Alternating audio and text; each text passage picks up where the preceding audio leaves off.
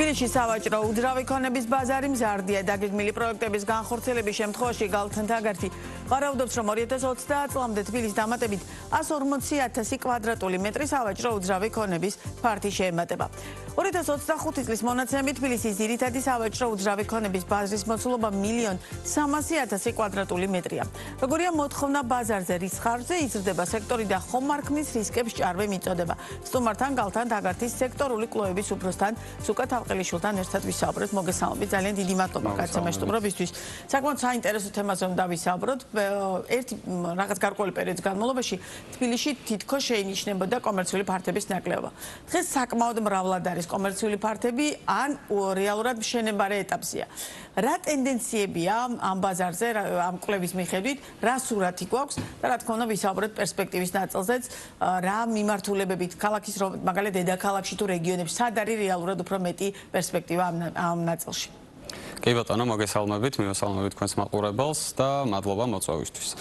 ცოტა კონტექსტის შესაქმნელად მთლიანად უკვე ახსენეთ ეს რიცხვი 1,300,000 კვადრატული მეტრის მოცულობის იყო ძირითადი სავაჭრო ფორმატები თბილისში 2025 წლის ბოლოს. აქ გულისხმობთ სამ მთავარ ფორმატს, ეს არის ბაზრობები, რომლებზეც ყველაზე დიდი ფართობი მოდის აქედან, შემდეგ მესამედი წილით მოყვება უკვე სავაჭრო მოლები და ბოლოს არის ცენტრალური სავაჭრო ქუჩები, ეგრეთ წოდებული high street retail, სადაც მიწოდების წილი დაახლოებით 9% არის და 4 ძირითად გამზირს განვიხილავთ: რუსთაველი, ჭავჭავაძე, პეკინი და აღმაშენებელი.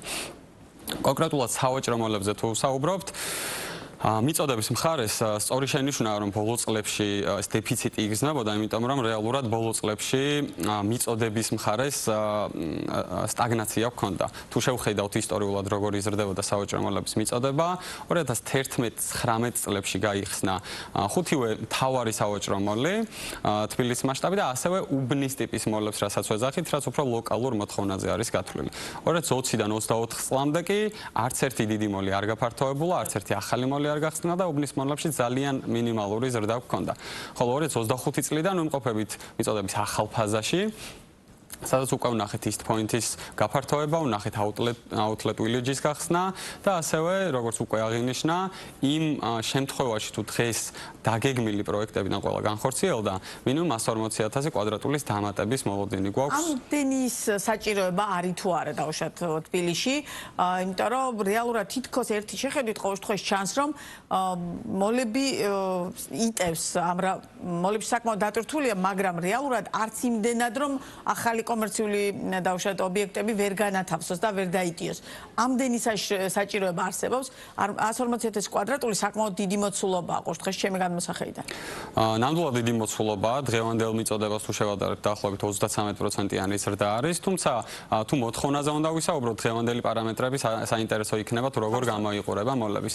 დავიწყოთ იქით, რომ ბუნებრივია, როგორც მოლებზე, ასევე სხვა სავაჭრო ფორმატებზე, თვითონ საცალო სექტორის ბრუნვის ზრდა პირველი პარამეტრია, რაც მოქმედებს მათზე მოთხოვნის ზრდაზე. და თუ შევხედავთ 2019-დან 25 წლამდე საცალო სექტორის ბრუნვის მოცულობა საქართველოში გაორმაგებულია და თითქმის 28 მილიარდ დოლარს მიაღწია 2025 წლის ბოლოს. ამან გამოიწვია ის, რომ სავაჭრო მოლებში პირველ რიგში ვაკანტურობის კოეფიციენტი ყოველწლიურად გვქონდა კლებადი. 2020 თავისუფალი ადგილების თავისუფალი ვაკანტური ადგილები, 5 მთავარ მოლს თუ შევხედავთ, 2024 წლის ბოლოს 5%-მდე იყო შემცირებული, 2025 წლის ბოლოს უпростоრად კი მცირედით გაიზარდა ვაკანტურობა 6.6%-მდე, თუმცა ეს მთლიანად უკვე იმ მიწოდების ზრდით იყო განპირობებული, რაც უკვე ვახსენე და მოთხოვნის მხარეს რაიმე ფუნდამენტური ცვლილება არ ქონია. რომ შევაჯამო, ვაკანტური ფართები მოლებში საკმაოდ მწირი არის. ეს შეიძლება იმასაც შევატყოთ, რომ მოლებში საკმაოდ მომრავლებული არის კიოსკები, ანუ პატარა მცირე სავაჭრო ფორმატები, რაც ჰოლში განლაგდება ხოლმე და თავდაპირველ მოლის პროექტში შეიძლება არც იყო გათვალისწინებული, ეს იყო მხოლოდ სავალი ნაწილი, თუმცა გაზრდილი მოთხოვნა საბოლოო ჯამში ბაზარმა ასე დააკმაყოფილა. ძალიან პოპულარულია ეს ეგრეთ წოდებული პატარა ფართები კიოსკები, სადაც თქვენ ახლა ახსენეთ, თვალშისაცემია ყოველ შემთხვევაში. თუმცა რეალურად მაგალითად უბნის მოლები, რომელიც ბუნებრივია ზომით და ყველაფრით მნიშვნელოვნად ჩამორჩება, ხო? რამდენად გაჩინა ბაზარზე თუნდაც ეს დამატებითი კომერციული ფართები და რამდენად პოპულარულია თუნდაც უბნის მოლები? ანუ ინტერესი ამ ნაწილის მიმართ ჩანს თუ არა? გეტყვით ჩვენ როგორ გავყავით მთავარი და უბნის მოლები, ესე სახელობითად რაღაცა გაწერილი არასდროს არ ყოფილა. მთავარ მოლს ეს 5 მოლი რაც ვთქვი უკვე რამდენიმე კრიტერიუმით შევარჩიეთ. პირველი ეს იყო ჯამური მოცულობა, რაც მინიმუმ 20,000 კვადრატული უნდა ქონოდა, თუმცა მოლის მთავარი მახასიათებელი უნდა იყოს არა მხოლოდ ვაჭრობა, არამედ გამოცდილებაზე დაფუძნებული აქტივობა უნდა იყოს, სადაც მომხმარებელს შეუძლია ერთდროულად იშოპინგოს, გაერთოს, ბავშვი დატოვოს, იკვებოს და შემდეგ წამოვიდეს და ამ კრიტერიუმში 5 ძირითადი მოლი ვარდება. რაც შეეხება უბნის მოლებს, მათი ფორმატი განსხვავებული არის,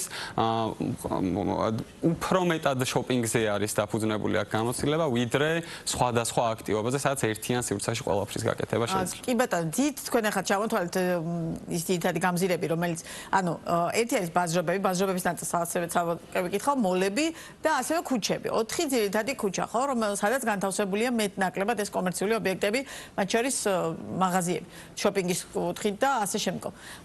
ესენი რამდენად პოპულარულია დღეს და რაღაც ერთი პერიოდის განმავლობაში ბუნებრივია თვითონ ძირითად ქუჩებზე ეს მაღაზიები ძალიან პოპულარული იყო და ყველა მაქსიმალურად ვცდილობდა რომ პირობითად ან ყაზბეგზე ან ყაზბეგზე პეკინზე ან დაუშვათ იგივე აღმაშენებელზე ჰქონოდა კონკრეტული ფართი.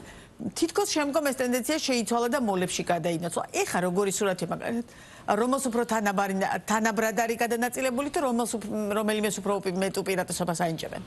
ძალიან სწორი აქცენტი დასვით. პირველ რიგში უნდა ითქვას, რომ მთავარი ცენტრალური ქუჩები არსებობდა აქ საცალო ვაჭრობა, დღესაც არსებობს და სამომავლოდაც იარსებებს. შეუძლებელია რომ უბრალოდ გაქრეს აქ მათი პოპულარობა. ანუ ამ მხრივ ალბათ განსაკუთრებული არაფერი არის. ყველა ისე ძირითად დიდ ქალაქებშიც ანალოგიური. თუმცა აქაც განსხვავებული ტენდენცია გვაქვს, თქვა თუ შევხედავთ დასავლეთ ევროპას, სადაც ქუჩის ვაჭრობა ბევრად უფრო განვითარებულია, ვიდრე ცენტრალურ და აღმოსავლეთ ევროპაში, სადაც ჩვენს მსგავსად უფრო მოლები არის პოპულარული. ამ 4 გამზირს თუ ნახავთ საიჯარო ფასებს თუ შევხედავთ, რეალურად მხოლოდ რუსთაველი არის, სადაც ყოველწლიურად ფასი იზრდება. დანარჩენ 3 ქუჩაზე, ჭავჭავაძე, პეკინი და აღმაშენებელი დაახლოებით ერთნიშნულზე ნარჩუნდება, ზოგ შემთხვევაში მცირედი კლებაც კი ფიქსირდება და თუ ამ 4-ვე ქუჩას ერთიანად შევხედავთ, აქ ბოლო 3 წელი არის ერთ დონეზე ნარჩუნდება ფასი. ანუ ისეთი ტენდენცია არ გვაქვს, ისეთი მზარდი, როგორც ეს ქონდა მოლებში. შედარებით როგორი სურათია? საინტერესო ხარ რუსთაველი, რომელიც პოლიტიკური სხვა აქტივობების ძალიან მნიშვნელოვანი ეპიცენტრია, იქ რო ფასი იზრდება, ეს რუსთაველის ანუ რეალურად ამ ქუჩის პოპულარობა როგორც ხვდები არ კლებულობს. აი მოლებთან მიმართებაში როგორი ფასები? ორ ფაქტორს ვიტყვი. პირველი ეს არის ამ ქუჩების პრესტიჟულობა, ბევრად უფრო ხილვადი არის, ტურისტებისთვის ბევრად უფრო ხილვადი არის, მოკლედ და შესაბამისად უფრო მეტად მაღალი და ლუქს ბრენდები ხშირ შემთხვევაში არჩევენ ხოლმე აქ შესვლას. მეორე ზუსტად ამ კითხვისთვის საპასუხოდ ჩვენ ჩავატარეთ ასეთი საქართველოს ბანკის პოსტ ტერმინალებზე გადახდების ანალიზი, სადაც ავიღეთ 40 იდენტური მაღაზია, რომლებიც განთავსებულია როგორც მოლში, ასევე ცენტრალურ ქუჩებზე და ვნახეთ მათი საშუალო შემოსავალი კვადრატულ მეტრზე. ანუ ყოველწლიურად სად უფრო მეტს ვაჭრობდა, მაგალითად კონკრეტული მაღაზია თუ ქუჩაშიც არის და მოლშიც სად უფრო მეტს ვაჭრობს კვადრატულ მეტრზე და ვნახეთ რომ მოლებში საკმაოდ სწრაფი ტემპით იზრდებოდა 2023-25 წლებში, დაახლოებით 13% იყო საშუალო წლიური ზრდა შემოსავლების. რაც შეეხება ცენტრალურ ქუჩებს, თითქმის იმავე ნიშნულზე ნარჩუნდებოდა, მცირედი ზრდა დაფიქსირდა 2025 წელს. ამით არის განპირობებული, რომ დავუშვათ ცნობილი ბრენდები, რომელიც საქართველოშია წარმოდგენილი, მათი უმრავლესობა ძირითადად უფრო მოლებს ირჩევს, ვიდრე დავუშვათ ქუჩებს. აქ თავი მიზეზი, რატომაც შემოსავლები გაიზარდა, იყო ის, რომ არა ჩეკის ზომა გაზრდილა, ჩეკის ზომა ამ წლებში დაახლოებით იგივე დონეზე ნარჩუნდებოდა. თვითონ მომხმარებელთა რაოდენობა გაიზარდა. როდესაც გადახდების რაოდენობას შევხედეთ, ქუჩებზეც იზრდება და მოლებზეც, თუმცა მოლებში ზრდის ტემპი ბევრად უცებ უფრო ჩქარი არის. ანუ შეგვიძლია ვთქვათ, რომ მყიდველთა დიდი ნაწილი ბოლო წლებში უფრო ამჯობინებს, ესე უფრო მეტად კომფორტში, სხვადასხვა აქტივობებთან ერთად მოლში შოპინგს, ვიდრე ცენტრალურ ქუჩებზე, სადაც მიწოდება შეზღუდულია, რადგან ეს ქუჩები უკვე განაშენიანებულია და ასევე ვთქვათ, პარკინგის პრობლემებიც აქვს დამატებით. კიდევ ერთი საინტერესო ნაწილი არის თვითონ მფლობელობის თემა. რეალურად რამდენად ირჩევენ კომერციული ობიექტების მფლობელები ამ შემთხვევაში ვინც აწარმოებს ამა თუ იმ კომერციულ ობიექტში საქმიანობას პირობითად რომ საკუთრებაში კონდეთ ესა თუ ის ფართი ან ქუჩების შემთხვევაში ან მოლების შემთხვევაში თუ მაინც უფრო ქირის ნაწილს ამჯობინებენ და ამ მიმართულებით საქმიანობენ. ანუ გვაქვს პრეცედენტი მაგალითად როდესაც მოლში კონკრეტული ფართები აქვს საკუთრებაში კომპანიებს? მთავარ მოლებში არ გვაქვს, ადრე არსებობდა რამდენიმე ასეთ პრაქტიკა არსებობდა, თუმცა არც თუ ისეთი წარმატებული არის ეს და ამას თავისი მიზეზი აქვს. ნუ შესაძლოა უნდა ვთქვათ, რომ ცენტრალურ ქუჩებზე ეს პირობად უფრო ფრაგმენტირებულია, რადგან ცალ-ცალკე მფლობელები ყავთ ხოლმე. შესაბამისად, ცენტრალურ ქუჩებს არ აქვთ ის უპირატესობა, რაც მოლებს აქვთ, რაც არის ერთიანი მენეჯმენტი. როდესაც მოლის მენეჯმენტი შეუძლია რომ ოპტიმალურად გაანაწილოს სხვადასხვა კატეგორიის მაღაზიები საკუთარ მოლში, ეს უზრუნველყოფს როგორც მომხმარებელთა, ასევე საბოლოო ჯამში შემოსავლების მაქსიმიზაციას. ამისთვის ჩვენ მოლებში ამ 5 მოლში არსებულ მაღაზიებს სხვადასხვა კატეგორიები მივანიჭეთ ფუნქციების მიხედვით. დავარქვით, თქვათ, შემოსავლის გენერატორები ისეთ სექტორებს, როგორც არის კიოსკი, როგორც არის თავისმოვლა და კვება, ანუ უფრო მცირე ზომის, თუმცა ქირის შემოსავალში ბევრად დიდი წილი აქვთ. მეორე მხრივ არსებობენ ტრაფიკის გენერატორები, რაც ეგრეთ წოდებული ენქორები, შეიძლება იყოს სუპერმარკეტი, გართობა, რასაც ფართობში 3-ჯერ მეტი წილი ქონდა, ვიდრე ქირის შემოსავალში.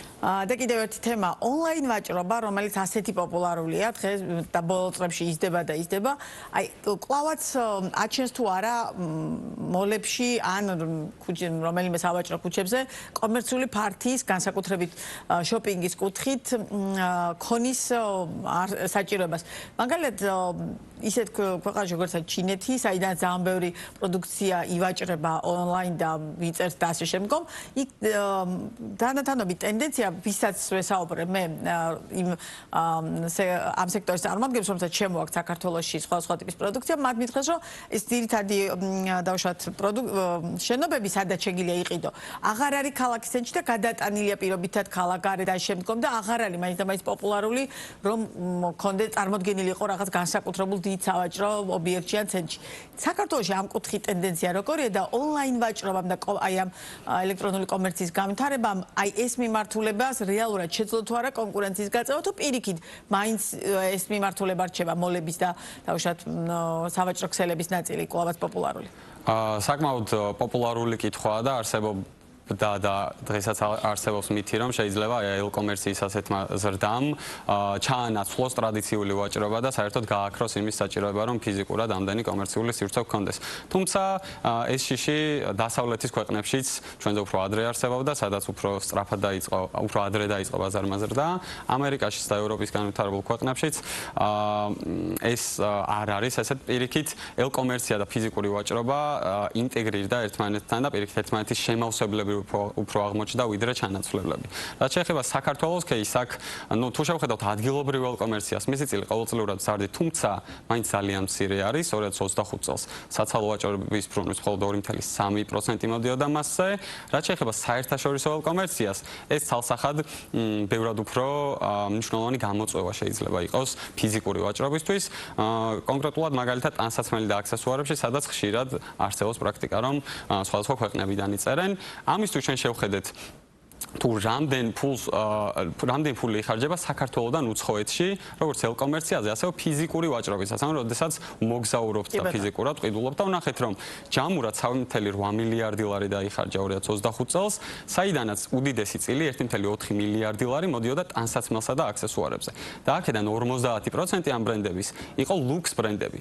თუმცა მეორე მხრივ რო შევხედეთ მოლებში რამხელა არის ზუსტად იმავე მეთოდოლოგიით ლუქს ბრენდების წილი გაქირავებულ ფართობში, ძალიან მინიმალური იყო. შესაბამისად შეიძლება ითქვას, რომ ეს ერთი მხრივ იმითაც არის განპირობებული, რომ საქართველოში არ არიან კონკრეტული ბრენდები წარმოდგენილი, რაზეც საკმაოდ დიდი მოთხოვნა არსებობს საქართველოს მოსახლეობისგან. საინტერესოა. და ჩვენი საუბრის ბოლოს ბაზრობების ნაწილი.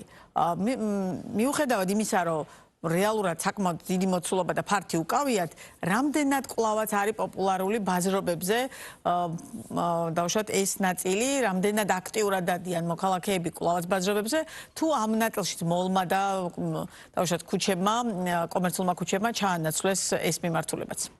საინტერესოა რომ კვლევის დასაწყისში სანამ თვითონ უკვე რიცხვებს შევეჭიდებოდით, ცოტა სხვა შეხედულება ჰქონდა ბაზრობების ბაზარზე, სხვა წარმოდგენა ჰქონდა, თუმცა კვლევამ სხვა რამ გვაჩვენა.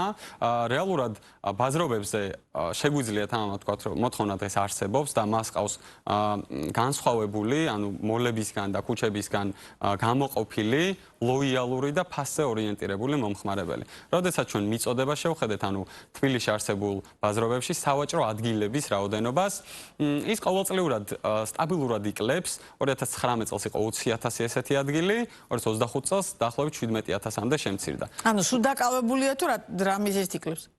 იკლებს, იმიტომ რომ რეალურად კონსოლიდაცია გვაქვს სახედე რაღაც ბაზრობები ერთდებიან, თუმცა თუ მოთხოვნის მხარეს შევხედათ, ანუ მოვაჭრეთა დღიური საშუალო რაოდენობა, ანუ ვინც ქირაობს ამ სავაჭრო ადგილებს, ყოველწლიურად 16-17,000 ადამიანი სტაბილურად ყავს და შედეგი არის, რომ მიწოდება იკლებს, მოთხოვნა სტაბილურია და დატვირთულობა არის საკმაოდ მაღალ დონეზე. და ამის ფონზე ფასებსაც თუ შევხედავთ, უფრო ნელი ტემპით ვიდრე ვთქვათ მოლებში, მაგრამ ყოველწლიურად მაინც სტაბილურად მზარდება.